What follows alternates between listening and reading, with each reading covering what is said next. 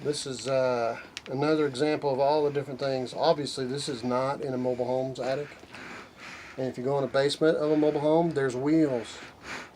Anyway, we're retrofitting LED from fluorescent, changing fluorescence to LED. And we'll climb up in the attic.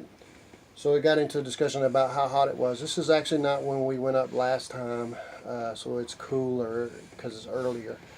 But right now we're shooting about 101.8. And we're going to go back further into the gates. So we'll get back with you in just a minute.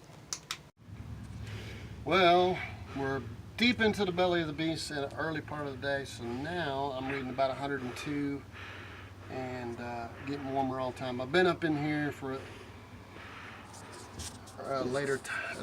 I guess I'm losing my memory, but it has been later in the day. We were measuring way higher, and I've been in attics that were over 140, which is dangerous.